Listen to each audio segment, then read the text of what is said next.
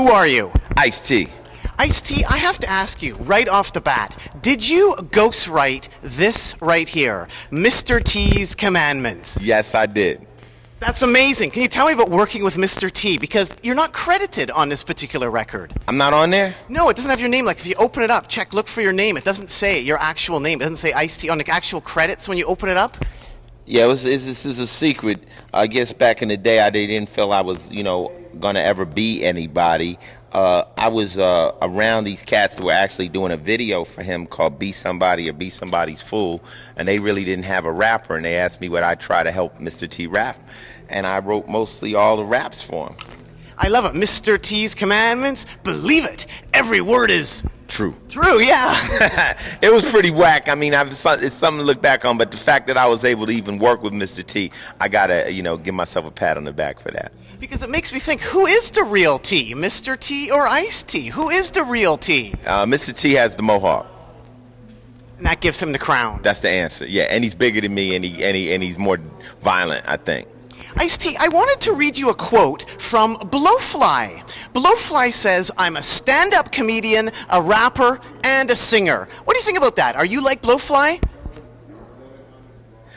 Yeah. Well, I try to sing. I sing in body count, but yeah, I'm a stand-up comedian. I like to try to get a joke in edgewise, you know what I'm saying? And then I'm a rapper. I go from one side to the other. Sometimes I'm really dead serious about certain issues, and other times I'm just, having fun.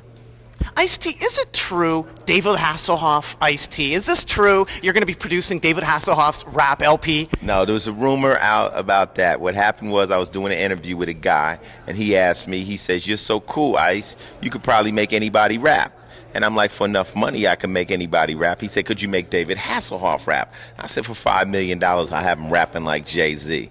So the next thing you know, we got the rumor out that I'm actually working with David Hasselhoff. But, nope. I thought he's your next door neighbor. Nope. Nah. I never even met him before. So nothing came of it then? He didn't ever contact you? Offer's still out there. Offer's still out there. So David Hasselhoff, if you're listening to this... Or anybody. Ice-T, you talked today how about you had to prepare for potential predators, battling potential predators. Yeah.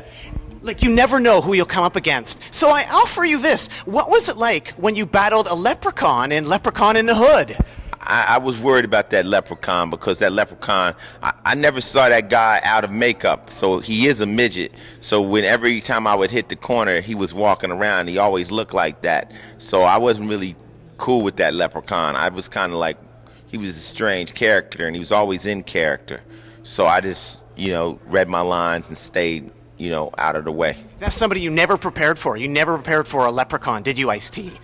Nah, I never thought I would actually have to go head up with anybody with superpowers. Ice-T, what was it like having a 1-900 line? You had a 1-900 line. That's pretty cool.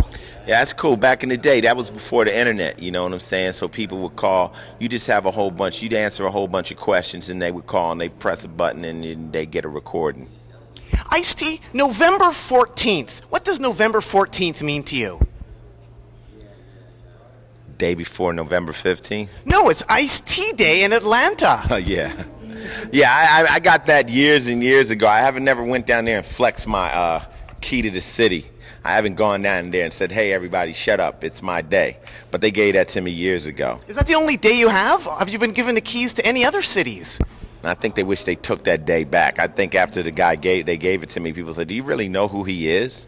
So if, I would make it so on November 14th in Atlanta, all titties will be bare, okay? Ice-T, were you the first guy to say ho on a record?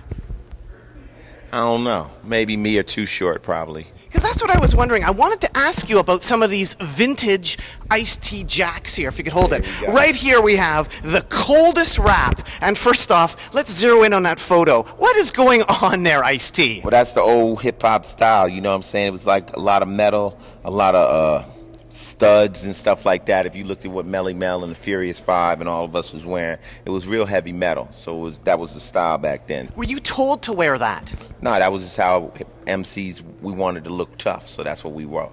And there's the coldest rap. That's, I thought, maybe the rap that contained the word ho for the first time on wax. Yeah, this is my first record. This is actually not on the right label. It was on a record called Saturn. But, I still had my hat on, and I had my glasses and stuff. But, back in the day, that was the cool look. Now, they dressed you up for the movie Breakin'. Did they dress you up? No, that was just my clothes. So those were your clothes? Yeah, I had on like a bomber jacket. I had on a hat from Neiman Marcus, and just doing my thing. Ice-T, underneath that record, if you could just lift them, we have another compilation here called the Compton Compilation. And if you could turn that over for a second, I want to ask you about this. Here we have a picture of Compton's Most Wanted with a white guy in the band. Yeah, well, there's white people in Compton. Actually, that was MC8 and their crew. You know what I'm saying? I mean, it was like, who was in the original NWA? You had Arabian Prince was in that group back in the days. You know what I'm saying? So, it's white people in Compton. You know that? And right over here we have Vanilla C, a female rapper. What's the history of female gangster rappers, Ice-T? I don't know. The trip with female gangster rappers is once a girl acts too hard, she no longer acts like a girl. So it's kind of like a paradox. You know what I'm saying? It's like they can only rap so hard, then they start sounding mannish. So it never really works. I think the only people that really mastered that is Foxy Brown and, say, Little Kim. What do you think, and if we could move this record out, of this person right here? Terry C, right? Terry C. What's the importance of Terry C, a white woman gangster rapper? Yeah, somehow Easy hooked up with her, and she was like supposed to have been the next thing and stuff. And I never really met her. From what I understood, she was a interesting chick, had an ill personality. A lot of people wasn't really getting along with her. But then I heard she turned over and started to try to do rock. I've been mentioning the women because you're hosting VH1 Hip Hop Honors, and I understand you're introducing MC Lyte into a Hall of Fame. MC Lyte! Yeah, MC Lyte is a hardcore rapper. I wouldn't call East Coast, but I wouldn't call her gangster rap, but she was hardcore. She was right on the edge and very much respected and one of the pioneers of the early rugged style of rap. Ice-T, if we could have you pull out another record, we have here The Posse, Chapter 2, another Compton record. Mm-hmm. Now, on the back here, I find it interesting. There are some pictures here. We have, right here on the very back, the Two Live Crew when they were from L.A. Yeah, people don't know that. Actually, Brother Marquise used to be my hype man. He used to come out on stage with us in some of our shows. And all the groups from L.A. originally started on Macola Records. I don't know if this is that, see? Macola. Macola was a pressing plant in LA that we could go to, and you could really go in there with a tape and they would make you a record. So that's where me, NWA, all the LA groups started right there.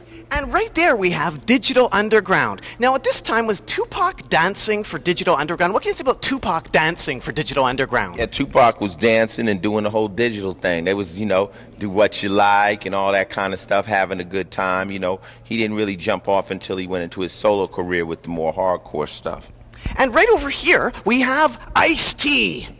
What do you remember about this? This is one cool record cover, Ice-T. It's me and Evil. You know what I'm saying?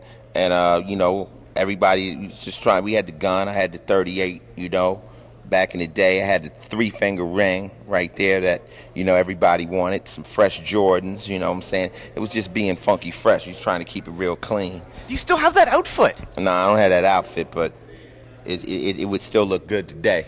Ice-T, one other thing I was wondering about was 99 Problems. Yeah. What's the history of that song? That's your song. Jay-Z took it, and now apparently there's some links to Two Live Crew? What happened was, the true story is, Brother Marquise made that comment one time. I was with him, and he was like, I got 99 problems and the bitch ain't one. So I was like, man, we can make a record off of that. So we called Marquise up, flew him out to L.A. Me and him did the record together, paid him, everything was cool.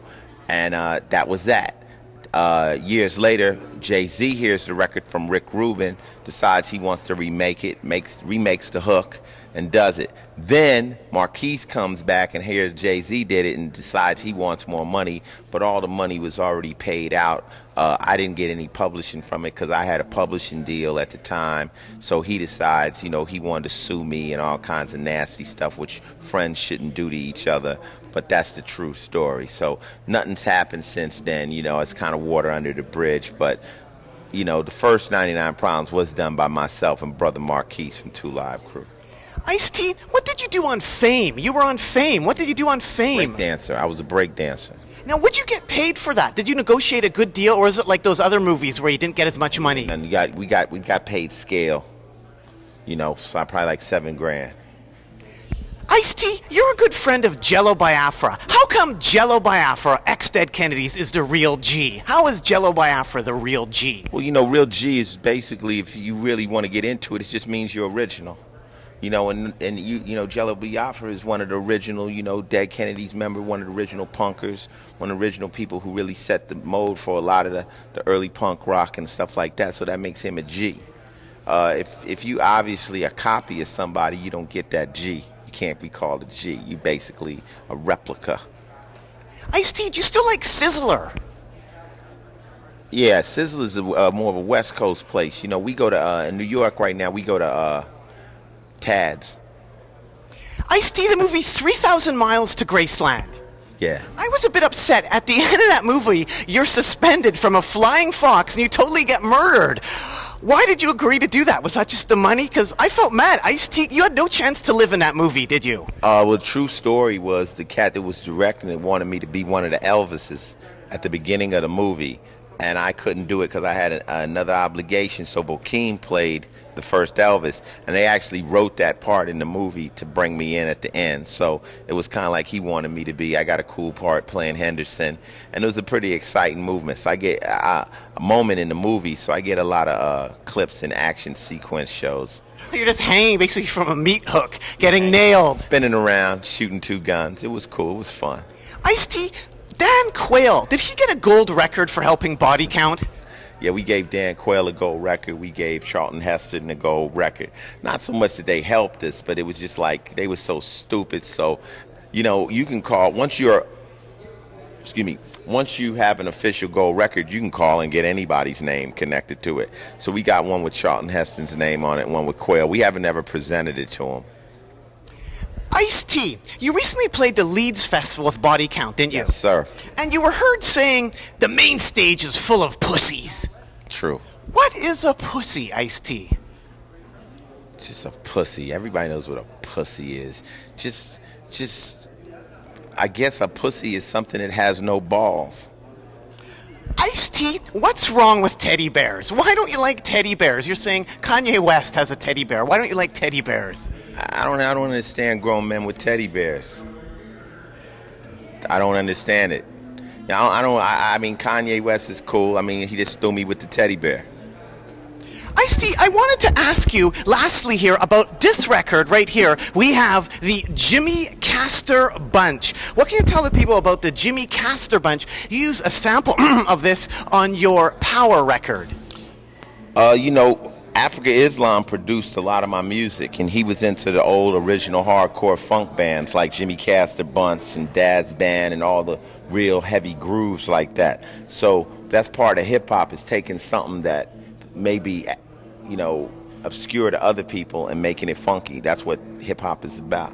And you were saying, Ice-T, that your band has splintered. Is it true that your ex-associate, the Egyptian Lover, is Egyptian Lover a pimp, or is that DJ Aladdin is the pimp? DJ Aladdin's a pimp. DJ Aladdin is now pimping somewhere. He may be up here in Canada with his groove on. Egyptian Lover, from what I last understood, is out DJing right now all over the world. Because he was in the movie Breakin' with you, right? He was in there with Africa Islam and the Glove. Ice-T, anything else you want to add to the people out there at all? Nah, I think you got enough. You're a very interesting guy, and I like your wardrobe.